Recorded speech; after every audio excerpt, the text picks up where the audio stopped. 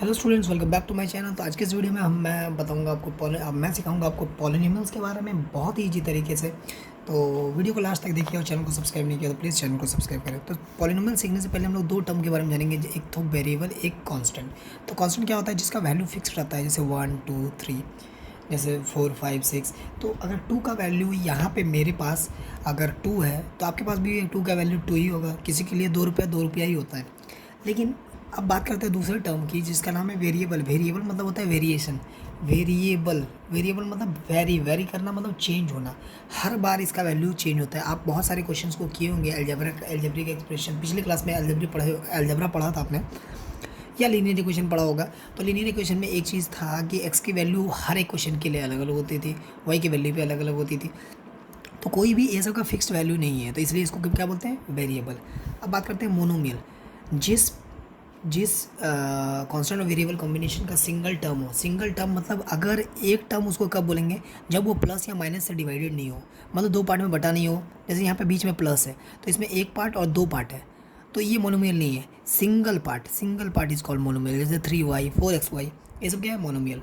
The the algebraic expression having one term is called monomial. दूसरा है binomial. Binomial मतलब to terms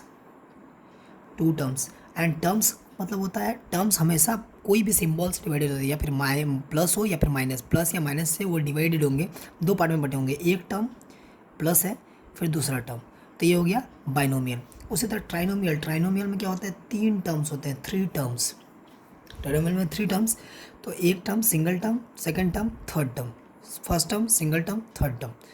तो आप मुझे ना फाइव सबके दो दो एग्जाम्पल्स, टू एग्जाम्पल्स सबके आप मुझे लिख के मुझे कमेंट्स में भेजो, ठीक है? मैं चेक करूँगा मोनोमियल क्या होता है, बाइनोमियल कितने, मोनोमियल आपने समझा कि नहीं, और ट्राइनोमियल आपने समझा कि नहीं। दो टर्म वाले, एक टर्म वाले, एक टर्म, दो टर्म और थ्री टर्म्स।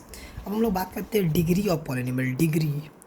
डिग्री तो ये आपके बुक में जो आपको जो डिग्री मिलती है कॉलेज या स्कूल पास करने की, वो डिग्री नहीं है, ये दूसरी डिग्री है। तो इसको बोलते हैं degree of polynomial. Degree of polynomial मतलब क्या होता है कि highest power is called degree of the polynomial. कोई भी पॉलिनोमियल, मोनोमियल, ट्राइनोमियल के बाद होता है पॉलिनोमियल। कोई भी टर्म, हर एक टर्म पॉलिनोमियल है। ये भी पॉलिनोमियल है, ये भी पॉलिनोमियल है, ये भी पॉलिनोमियल है, ठीक है? तो हर एक टर्म पॉलिनोमियल है, ठीक है? तब अब बात करते हैं डिग्री की। तो डिग्री पॉलिनोमियल का क्या होता है? उसका हाईएस्ट पावर को क्या बोलते हैं? डिग्री। जैसे कि एग्जांपल है x to the power 5, x to the power x square, x plus 3। तो इसमें सबसे ज़्यादा पावर किसका है? तो एक्स का, एक्स टू द पावर 5 है।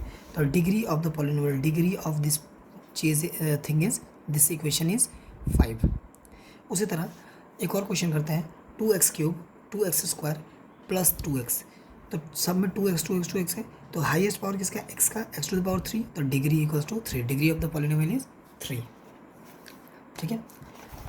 उसके बाद आगे बढ़ते हैं हम लोग कोफिशिएंट की तरफ। किसकी बात करेंगे? कोफिशिएंट। कोफिशिएंट मतलब होता है किसी भी नंबर के आगे वाला टर्म। जैसे x² है, 5 लिखा हुआ है, तो इसका x² का कोफिशिएंट क्या है? 5 है। अगर यहाँ पर -5 है तो -5 पूरा -5 इसका कोफिशिएंट है। यहाँ +5 है तो +5 इसका कोफिशिएंट है, ठीक है? उसी तरह x² plus 3x² plus 5x³, ये क्वेश्चन है। तो इसका पूछ रहा है x³ का कोफिशिएंट है, तो x³ कहाँ पे है? यहाँ पे है। तो x³ के आगे क्या लगा हुआ है? +5, तो इसका कोफिशिएंट क्या हो गया? +5। x² का कोफिशिएंट पूछ रहा है, x², तो x² के आगे क्या है? 3, तो 3 इसका कोफिशिएंट हो गया। उसी तरह 2x - 3 प्लस x³, तो यहाँ पे x² का पूछ रहा है, तो यहाँ पे x है, x² का टर्म है नहीं है, तो इसका कोफिशिएंट क्या होगा? 0। कोफिशिएंट ऑफ y, यहाँ पे y है, y किसके आगे है? 2 के साथ है, -2 के साथ, तो कोफिशिएंट क्या हो गया? -2। सो इसी तरह मैं आपको कुछ क्वेश्चन देता हूँ, उसमें आपको बताओगे मुझे degree as well as coefficient.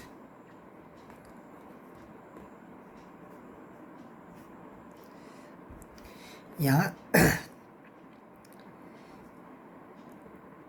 यहाँ पे आपको फाइंड करना है डिग्री और कोफिशिएंट ऑफ x²। नंबर 2,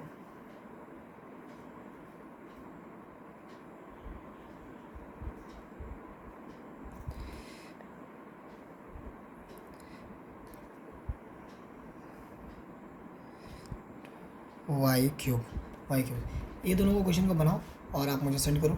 इस वीडियो में बस इतना ही, मिलते हैं अगले वीडियो में, तब तक के लिए good bye and keep watching. और चैनल को सब्सक्राइब नहीं किया तो एक बार फिर से बोल रहा हूँ, चैनल को सब्सक्राइब कीजिए।